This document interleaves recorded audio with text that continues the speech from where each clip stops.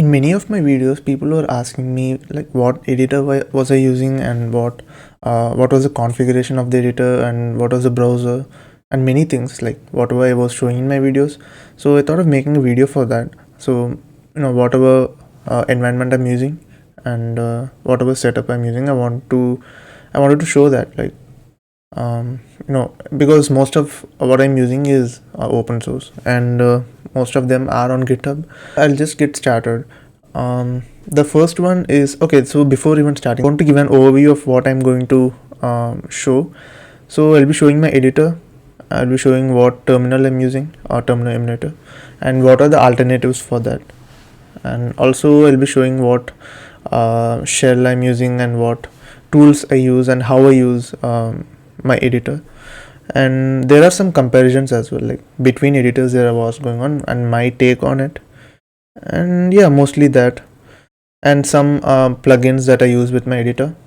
So mostly they are popular, but yeah, I will just give an overview of how I use it, and my configs as well. So let's get started.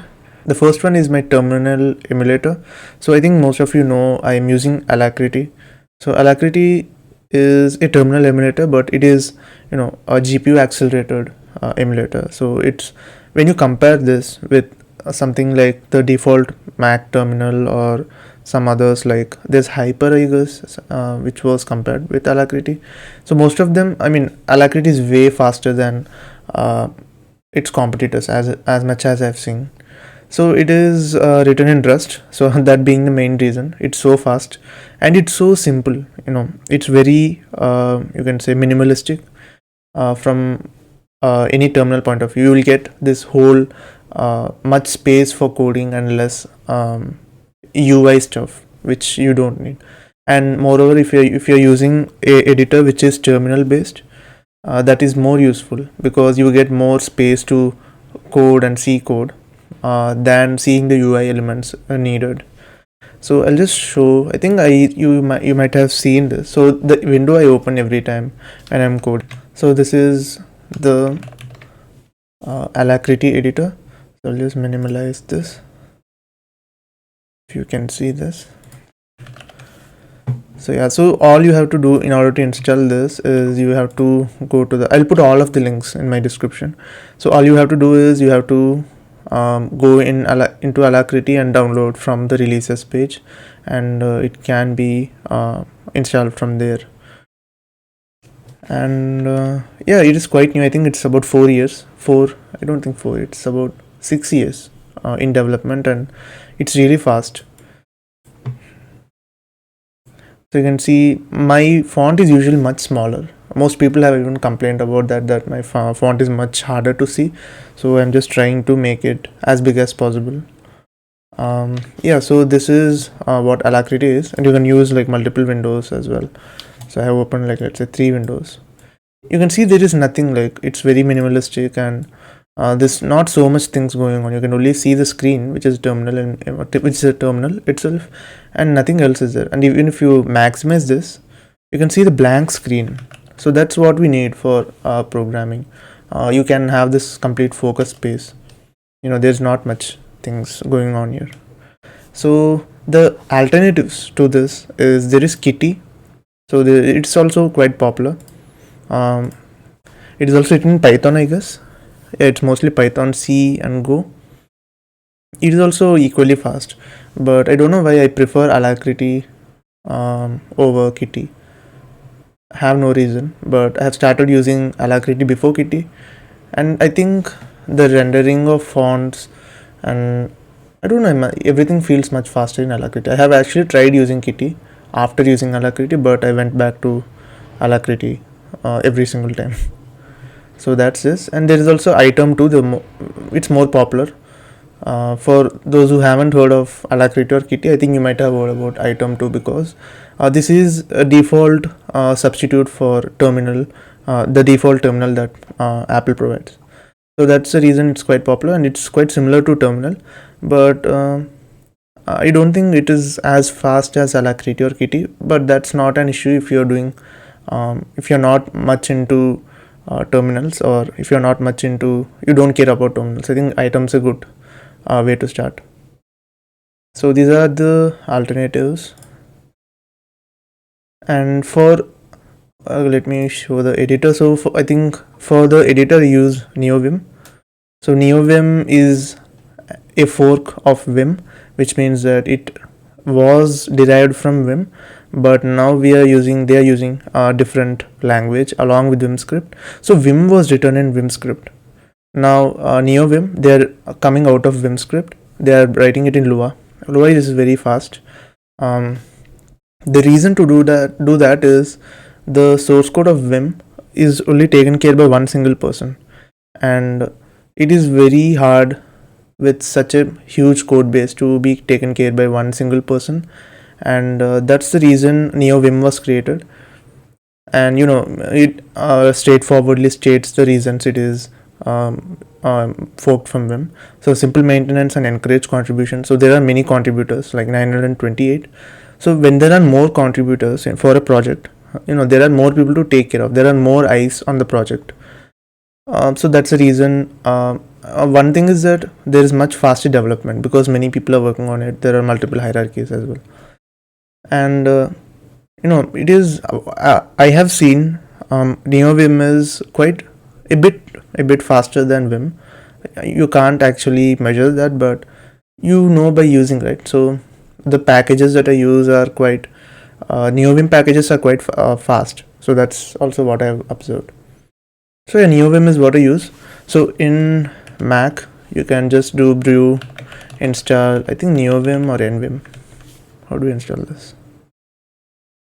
It has been a long time I have installed NeoVim, so let's try. Yeah, it's NeoVim. So if you do NeoVim, brew install NeoVim, it should install NeoVim, and you can open it by saying NVim. So that should open your NeoVim. So I use NeoVim. So it is very similar to Vim, but I use some plugins for this. Let me show. Let us go into the .config/lua. Sorry, NeoVim /lua. So here we have the this is a structure of NeoVim config. So for Vim, we have single file vimrc. For NeoVim, we can use multiple files in order to structure whatever, because it's Lua, right? So you can use Lua however you want in order to configure NeoVim.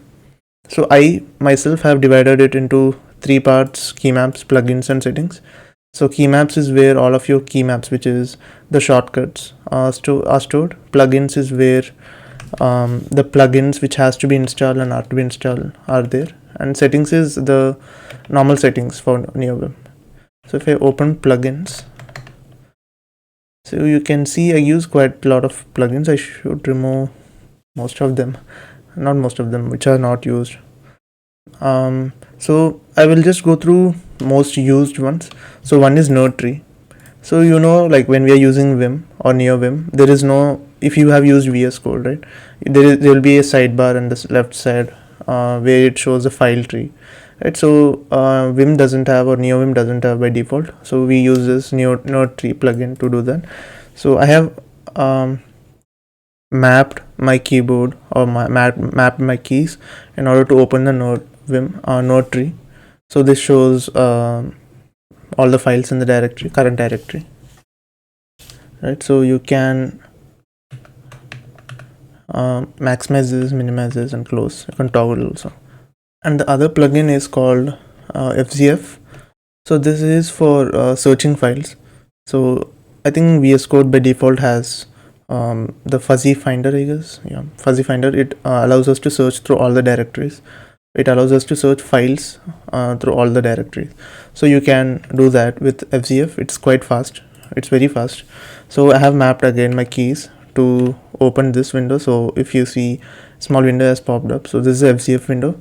You can search for files. So I don't have many files here, but it shows the example or the preview here at the side of the window, and this is the file plugins.lua.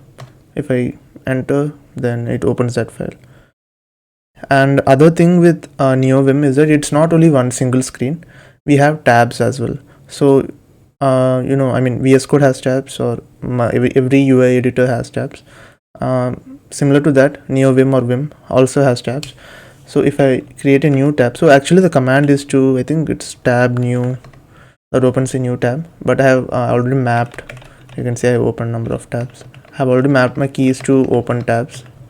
So I can also like open a new, let's say key maps.lua, and I can go through them, right? So this is similar to whatever UI tabs we have.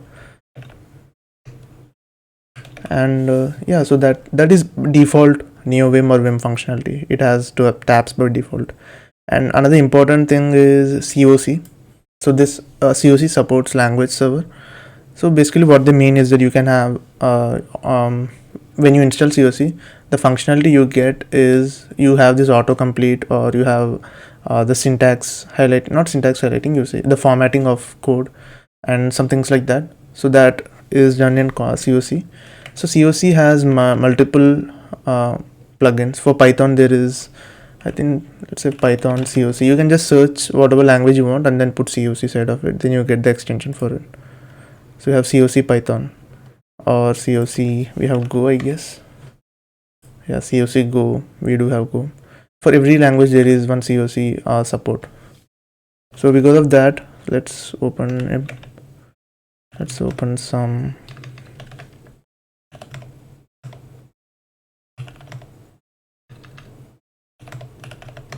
So this is a Python code, and what it provides is, it provides this, let's say the linting cap possibilities, and also let's say pd dot, this autocomplete. You can go through the autocomplete, and it will also show what this class or what this field does. And if you want to, let's say, select something, I can just use tab, and then it just selects that. So that is the functionality of COC. And I think the tab you see below here, so which is this one, the blue color one below, so that is a light line. So light line, what it does is, it by default Vim doesn't, or NeoVim doesn't have this which shows which mode we are in. So I think if you know, Vim has this normal, insert, replace and visual mode. So in order to see which mode is in, it gives a better view. So if I insert, it goes into insert mode, and if I click escape, it comes back to normal mode. And if I do V, it goes to VLine, which is visual mode. So visual mode is this, VLine is visual line mode. So a visual line in the sense you select every line, and visual in the sense you can select whatever you want. And I think there's replace mode as well. You completely replace and go, right? So those are the modes it shows, and it shows the operating system, it shows the encoding, it shows the language, it shows the row number, column number, and it shows this percentage, which is a percentage of where the cursor is, the page percentage. So if I put it at the start of this, it shows us 1%. Then as we go down, it increases, and we go then it becomes 100%. So basically it gives us an idea of where the cursor is, at what position in the page the cursor is. I mostly don't use it. I don't think I have used it that much, but yeah, it might be quite useful when dealing with large amount of files. Even in large amount, I don't think I have used this feature anytime. I don't know why. So there is another plugin called emmet.vim. So let's say you are writing HTML. So if I do a.html, what emmet does is, emmet is a HTML supporting package. So if I do this, it does these things, right? So if I need a h2 tag, I do h2, and then according to the keys I mapped, if I press comma twice, it opens a h2 tag for me. And let's say this is h2, and if I want to change everything inside h2, I can say CIT, which change in tag, which goes into the tag, and then we can insert inside the tag. And it has much more than that, but there's just a basic things it can support. I think that's it. Most of the others is for debugging, and yeah, I think those are the plugins. I don't want to go more into this. And using just NeoVim, you can see, like, if I open a NeoVim window, I do have support to tabs, right? So I can open multiple, but if I want another terminal, I don't need to, I can open another Alacrity window, but I don't want to do that. So one thing we can do is Kitty, like this Kitty terminal supports tabs inside the terminal, so you can open tabs inside the terminal, right? But Alacrity doesn't do that, and I haven't used tabs inside terminal as well, because I have been using this tool called Tmux. So if you have heard about Tmux, it's a terminal multiplexer which can be used inside the terminal. So all you have to do is you are in the terminal, then you can just say tmux. It starts a new session for you. What I mean by session is that each tmux has something called sessions. So if I open, let's say, plugins.lua, so this is one session. You can see here there is this one nvim, right? So that's the first tab, I guess, first tab in tmux, and I can open multiple tabs like this inside terminal, and this is inside one session. And if I come out of this session, and it says detached from session 0, and if I show the tmux sessions, it says there is one session running. Yeah, it's called windows. It has 6 windows, which means 6 tabs, and it was created and so on. So by the way, tls is a command that I have mapped to my shell file. But I think tmux, if you see the tmux documentation, it shows how to list the windows or any other commands. I'll make a separate video on that, but yeah, tls I have mapped to show all the sessions. So you can create multiple sessions. So if I do tmux again, it opens a new session. It doesn't go to the previous session. So you can, now I can do something else, like I can go into settings.lua to see what's there. So if I want to go to the first session, you can just go like this, and it opens this session, and you can go to whatever tab you want. And if you want to go to the previous session again, you can go to this. It says attached, right? Attached, you can only attach one session at a time. So if I go into this first session, it now says this is attached. So that's how it works. I can open multiple sessions like this, and if I detach this again, I say tls, it shows there are 2 sessions, and there is 9 number of windows in first session, 0th session, and 1 windows in first session. So this is how it works. You can create multiple tabs. So how I use this is that let's say I do ta1, which means open ta1 session attached to ta1. So I will be usually how I do is I open the code base in the first window, and I open the second window, and then run the server here. If I'm doing backend work, I run the server here. And the beauty of tmux is you can also do multiple panes inside each window, which means I can do this, I can do this, I can keep on doing that, right? It doesn't stop. But I usually don't do this much, but I'm just showing it. You'll just close this. I'm just showing you can do this. That will be quite handy when you're dealing with backend related problems, because you can have multiple things in one screen, and that will be quite useful. And you can also have, let's say you open another nvim here, and you can come back and go back between these windows. So that's how tmux works, and that's how I use tmux. So it is quite interesting, like if you delve into this project. So I think most of it is here. I use the browser. The browser I use is Firefox. I recently shifted from Brave to Firefox. I don't know why, but Brave wasn't working that good, and I wanted something non-Chromium. So I thought of trying Firefox, and it's working great. And yeah, there is this shell called omyzsh. So I think there is bash, and the alternative for that is zsh. Zsh is like, it comes with default themes, plugins, and all. So it's mostly bash with more functionalities. So what we are seeing, what I'm doing here, this is zsh. So yeah, that's the shell I use. You can even do brew install, if you want to download this. And there's one special tool called ripgrep. So if you have used ripgrep, then this is to search the regular expressions in a given amount of text. So with NeoVim, let's say NVim, what we can do is you can do RG. I have separate key map for that, but just to show, RG, which means ripgrep, opens a new window. You can search for not files but words in this. So let's say I want to search for use, then it shows all the use words picked up, and it's very fast. So that's a great tool when you are searching for code bases and you only remember the word. That happens with me mostly, so that is very useful when you do that. If you want me to make a separate video on setting up NeoVim, then let me know in the comments. I will definitely make sure that happens.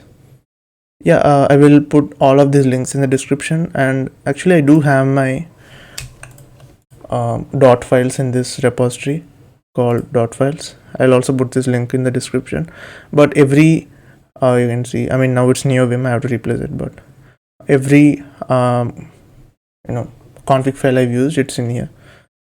I guess there is ZSHRC's config file, vimrc when I was using vimrc, and tmux config, and there is the Lua folder which has most of the settings for NeoVim, and the bash profile, which was what I used before ZSH, and alacrity's config file, and I used to use item too, I guess. I don't know why, but yeah. So yeah, I will definitely put all the links in the description, and sure, thank you for watching, and do subscribe to the channel. Thank you.